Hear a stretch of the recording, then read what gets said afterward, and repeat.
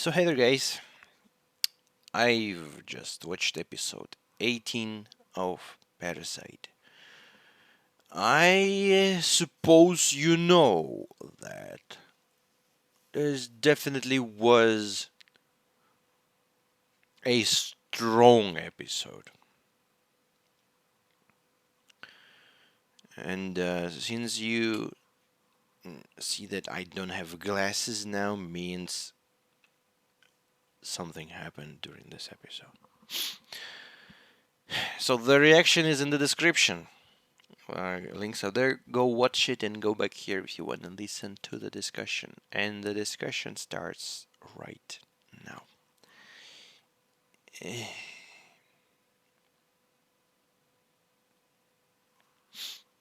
I mean, the ending part kinda distracted me from the first part, from the beginning. It's just this episode brought two types of emotions: sadness and angriness. Is this a word? I mean, yes, anger. The first part was sadness, then it was anger because this shit person appeared. I mean, I'm pretty sure it's him. I'm pretty sure. I remember those eyes. He just had hair before that, but that was him, like crazy idiot. But he just distracted me from the whole Tamiya greatness. And again, as I was already saying in the previous discussions, her character, you cannot place her as a good character or as a bad character. She's a complex character. She's kinda like Kenny in Attack on Titan, but Kenny was a little part of the story, while she was a huge part of the story, with huge involvement in the plot. I mean, Kenny was also kind of involved, but yeah, the person is kind of evil, killed a lot. It was like a literal monster, but had own motives and not evil motives as well, and was helping some people, and when he was dying, he did good as well. And Tamiya, her character was constantly switching colors, and moods. So like at one point, the first time we saw her, she was banging A, so it was nothing there. You can't understand what's up. The next episode we saw her, she was in the train and confronted the harasser man. Not I mean someone who touches women, and she had like this stone face of Parasyte, and then she exited the train, and she was going with the face, like this face. So she was not a nice person. You look at her and you're like, ooh. I mean, the same feeling that other parasites were giving, like killer, human killer, brutal, vicious. But then, bam, she appears at school. Minasan konnichiwa, she says. Tam Tamiya ryoko desu, she says. And she kinda smiles, she acts normal.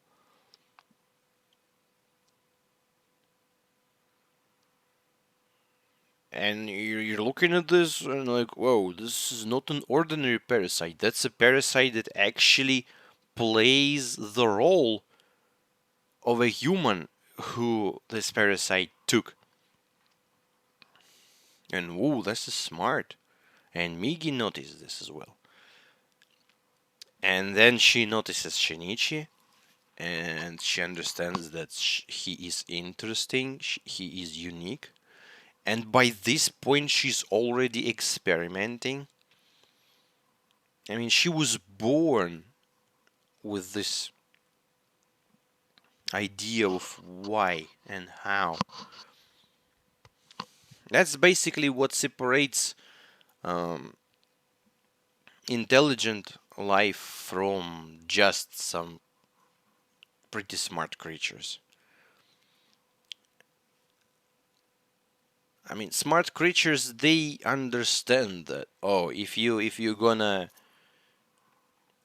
do something, there's gonna be an outcome of this. So I mean, what good example I can I mean, if you can train some animal like doggo or whoever to press the button so the food falls, right? So he doggo is not stupid. He knows that. Okay, you press the button. Here's the food. There's like two buttons. You know what button you have to press. You can train them. They can understand that the button means food. But intelligent life, it goes deeper. It asks question why this button does that, why this button doesn't do that, how these buttons work. And I mean, more intelligent you are, more into that you are. And like it goes further and further up to like space, like universe sizes. And she was the type of parasite like with very huge intelligence. She was questioning. She was not just living and using the knowledge she has. She was developing this knowledge. She was going deep into that knowledge. From the very first scenes we saw her, A was just a stupid thing who who helped her at some point with her experiments. And yeah, then she speaks with Shinichi, and then she bears the child, sends Shimada. I mean, I kind of losing my thought now, but the thing is, she was always changing, as I've said. And at one moment you look at her and you're like, this is interesting character. Then you look at her, this is dangerous character, and this constant switching. Latest episode, she was just amazing and great. She handled parasites. She was nice to the baby. You can literally see that she's so interested in humans. And now, in this episode, she said that she killed 36 people, as far as I remember. Yes, but she killed them because you need food. And as I've said in the reaction, we all kind of kill. It's like not literally kill a cow, but we eat the meat from this cow. So we also kill it. We just don't think about that. Like, for us, it's normal. And for her, it's normal. I mean, I needed to eat. Man, I'm going everywhere with this discussion. Um, One second. Shinichi was pretty to discuss many things. Oh, 38. She killed 38 people. And she actually created um, got Goto.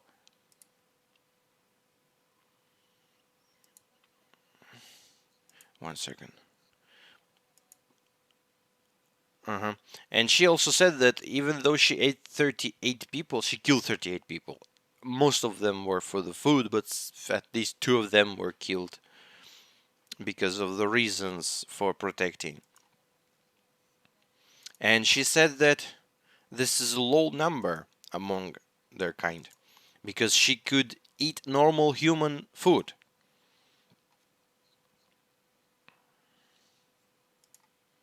And she said, like, we parasites can also eat normal food. And she's asking those questions what we're to the humans, what humans are to us. And in the end, she says, like, we're the children of the human race. I mean, they're dependent uh, she kind of makes a parallel between parasites and children. She's looking at the child and says that we are very weak creatures. We're very dependent on humans, just like this child is here. It needs support. It needs food. It's very weak. Like, this is a beautiful parallel, actually. So be nice to us. We're a life form that cannot survive on its own. Yeah. Poor kiddo started crying. And Miggy was also very impressed by this, because Miggy is also one of those um, parasites that's a thinking and learning type. You two are very rare beings. And that's interesting. She separates them. It's not like she's speaking about them as one organism. She separates them.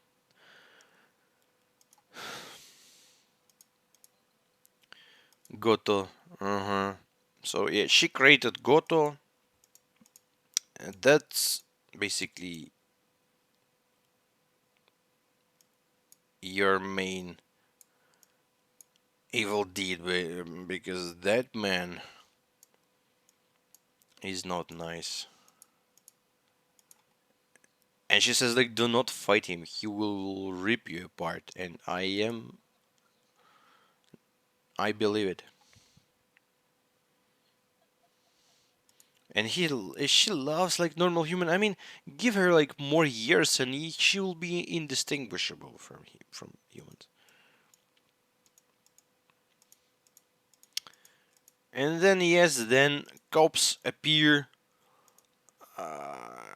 The main cop understand that here's our parasite. And what do I see? Izumi Shinichi as well. This is such a obvious connection to make. He should probably understand that. Yes, Izumi Shinichi is exactly the person Mr. Detective was speaking about. But I don't know. And man, such such a sad episode. So they're going. She denies that I am not a parasite. No, no, no. I'm not Tamura. No, no, no. I mean, she wanted to protect herself, the child. Of course, it's understandable. Was playing the role up until the end. And detective asked, "Are you Hurama Mamada?" Some detective asked like a different name for Izumi. Shit, the subtitles are so bad in this one. Like they don't work. Ikeda. He called him Ikeda. Just to check if he is a parasite who changed the face or not. And then the cop just shoots her in the face. I mean, are you crazy, people? She has a child in her arms. A normal human child. I understand you want to kill the parasite, but can you please cooperate? Like, go back at a distance that she cannot hurt you? Like, 30 meters, 50 meters? Point guns at her and say, put the baby down? Right? Something like that. No, they just start shooting at her. And thank you very much, Tamiya, for protecting the child. She created this like rubber like safe zone for him. And these people, they shot like hundreds of bullets during this moment. How such ridiculous people. Just goddamn, you can see how these people are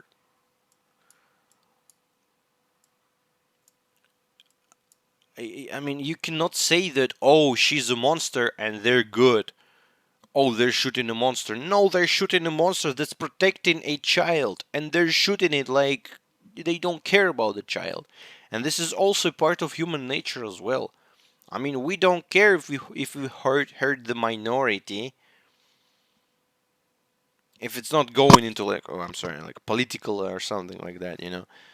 Humanity overall doesn't care about that. Like, that no one's gonna notice to achieve the goal. And they're shooting like a machine gun from all the sides. She goes to Shinichi, protects the man, the child. And Satomi, I kind of get the whole idea of Shinichi getting back. So for her, Shinichi was lost the moment he was killed and reborn, and that moment he was lost, and he kind of lost his emotions, and now eh, he regained that back. I mean,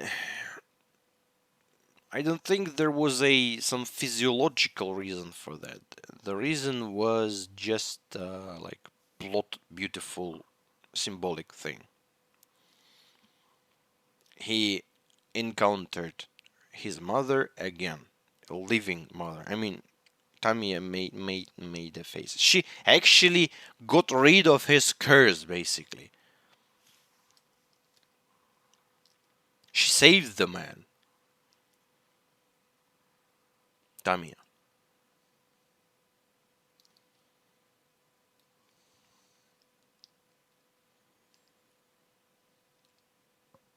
And so, Satomi, I mean, you're back now, so you can cry now.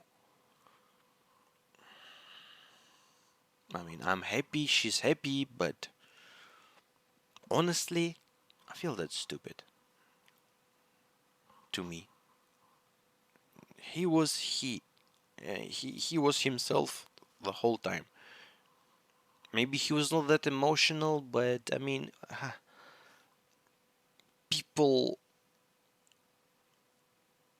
sometimes from some events may end up having big scars in their soul. And this is normal. Give the man time to recover, and it's not like you have to like, are you Izumi Shinichi yet? Are you Izumi Shinichi yet? Are you Izumi Shinichi yet? I mean, come to the man, comfort the man, try helping him. Don't run away screaming Wakaranai. I mean, as I've said, I kind of like her, but she's just like such a primitive character with such a primitive role in this anime. She's like, from all the characters, she's probably the.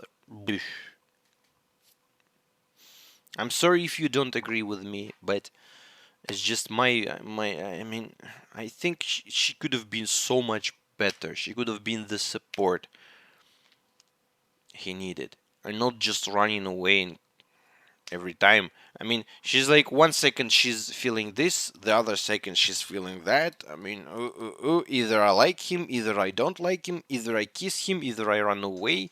Are you Izumi Shinichi? I mean, here you go, Izumi Shinichi now. Can we continue now without this crap for like 18 episodes straight? She tried to run away, by the way, and Kana's power stopped her. Even here, she was not able to do that, but by herself. It was Kana who said, like, "Are you serious? There's a hot ass man out there, desperately needs your support, and you're running away again, Wana Wakaranai." And she's like, "Okay, yeah, probably that's too stupid." So Tamiya goes. I mean, people shoot at her, as I've said, like idiots, shooting at her. she keeps the baby and goes to Shinichi, and he doesn't believe her. I mean, he don't know what to do. Like, is she gonna attack me or what or what? And she's like, please don't go, please stop. How can I stop this man? How can I let him? How can I like? I need him to wait for me so I can give the child to him. And she transforms into mother because she saw photos of her before. She knows how his mother looks, and she knows she's dead. And she knows that he feels really really uh, bad about losing her. She has like a literal hole in his body, in his heart. So that works. He waits for her, and then the cops, after shooting 275 bullets, like, oh, don't shoot. There's a baby there. Oh really? Oh really? So yeah. We don't need the RPG now. We don't need the tanks now. Oh seriously? We were so pumped up now. Can we at least drop a grenade? Stupid cops. Stupid cops. Almost killed the baby. I mean, they could have killed the baby because the bullets they can go through the body. But anyways, this is cinema stuff. And she's all in blood, giving the question of for the purpose she was born into this world.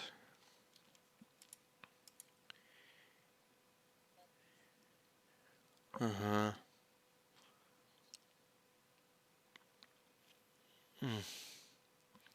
I don't have words, people. I'm just rewatching this part again. Like she said and saying that I find one answer, another question appears. I saw the beginning, I will see the end. I mean, nothing will change no matter how far I go.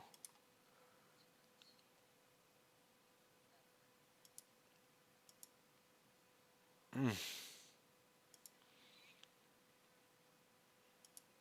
mm.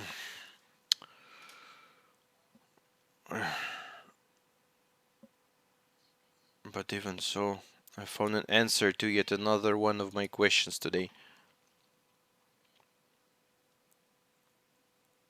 Shinichi, this child, in the end, I didn't do anything to it, is a normal human being. Raised the child by human hands, and the child grabs her. I mean, for this child, she's his mother. He doesn't know if she's a parasite or not parasite. I mean,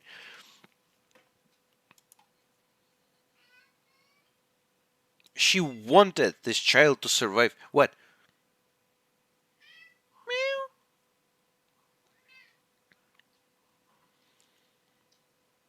She wanted him to be raised normally. What? And she gives him to Shinichi.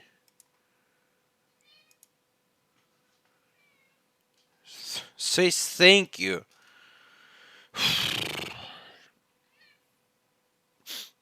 Because she needed it.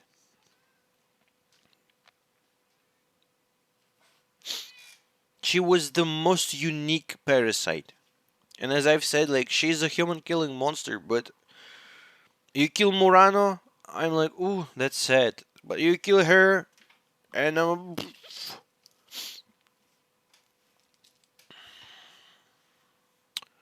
even Migi's like, thank you. She actually said thank you. A parasite. I recently imitated human. She was laughing, and she said like it felt good. It felt rather pleasant. God damn it!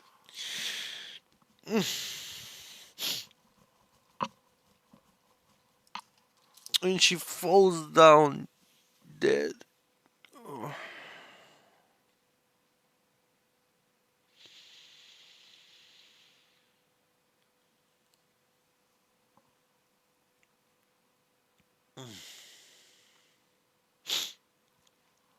damn.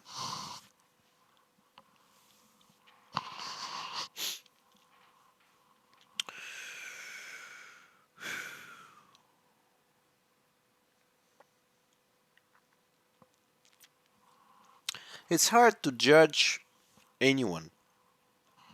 If you look at their whole life, I think that everyone's gonna be grayish, right? At some point in this person's life, there was some mistakes and bad actions. At another point, there were good actions. But you will be remembered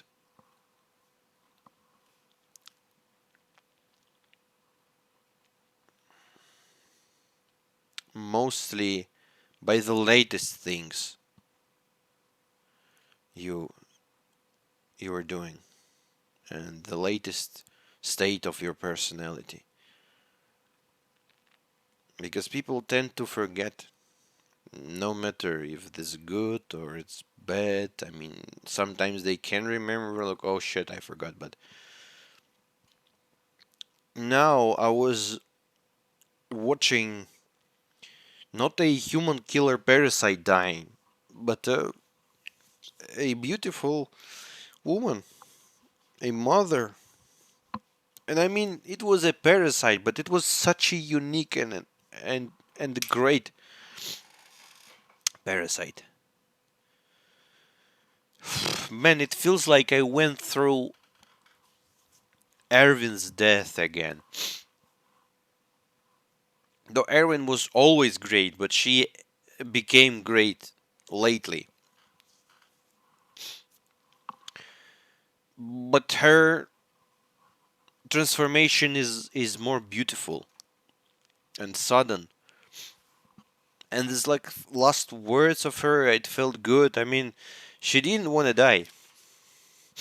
That's for sure.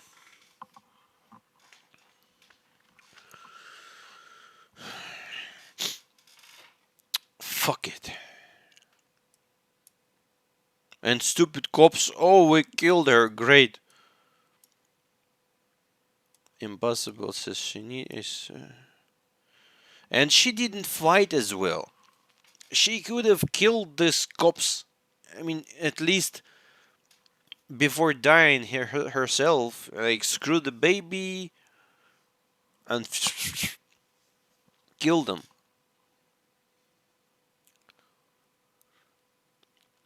You know what's also very interesting? There's a huge detail. Parasites, when they die, they often change their appearance to like this alien, weird, many face blades things, creatures, like to their normal parasite appearance without like form. But she died and kept her human form. Here's a picture for you. She died like that and stayed like that. Fuck, I cannot speak with this discussion. I have to go through this part to this motherfucker.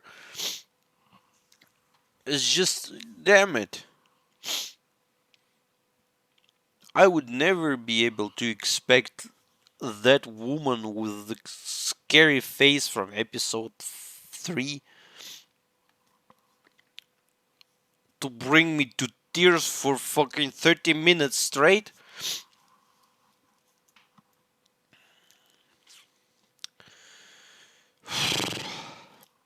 She didn't fight, she didn't resist. She just wanted to protect the baby.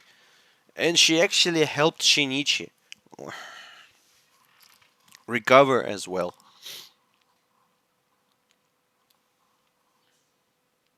Such such a beautiful moment. Shinichi remembered his mother, remembered all the sad moments, kinda dying, people dying and puppy dying. And as the seer said, you have to see this person again. your mother, basically. And yes, she gave this opportunity to him. Oi. And Satomi is here. Oh, Yuzumi Shinichi is back now, finally. I don't want to comment on this, people. I mean, I don't want to hurt people's feelings about this. But I just.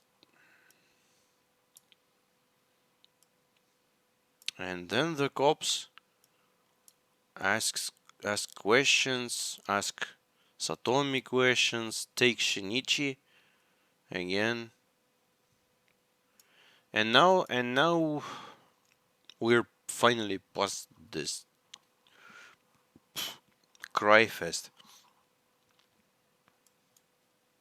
So they're in some scientific place, and we have this bald man who's, I'm pretty sure, who's the killer from the beginning of the anime.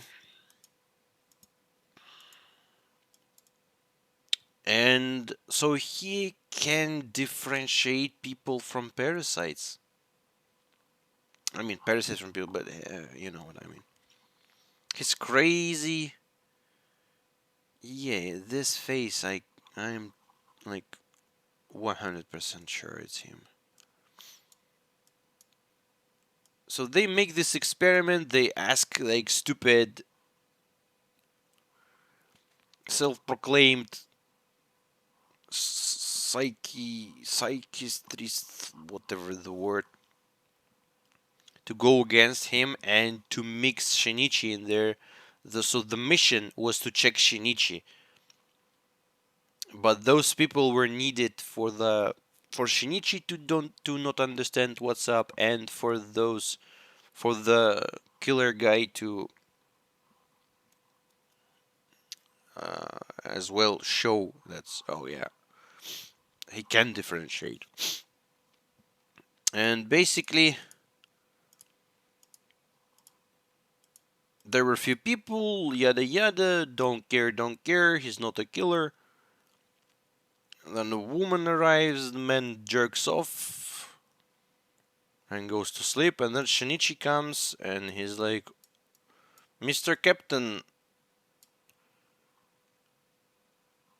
tell him to look in my eyes. So he felt it. He felt something in him. And you know what happens after that?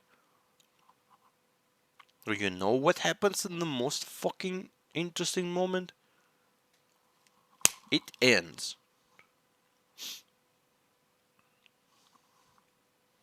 And it seems like his ability is not like Kana's ability, that she can sense. Oh shit. She can sense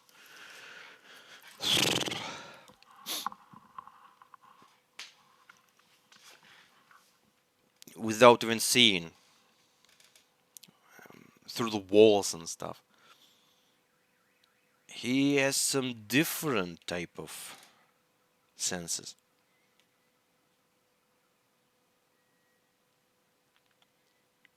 And I don't know how it will go. And I felt like this discussion was actually terrible. Because I could have said much more stuff.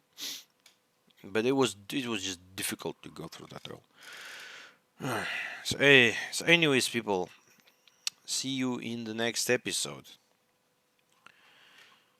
Rip Tamiya. Man, my glasses are have like dots in there from liquid.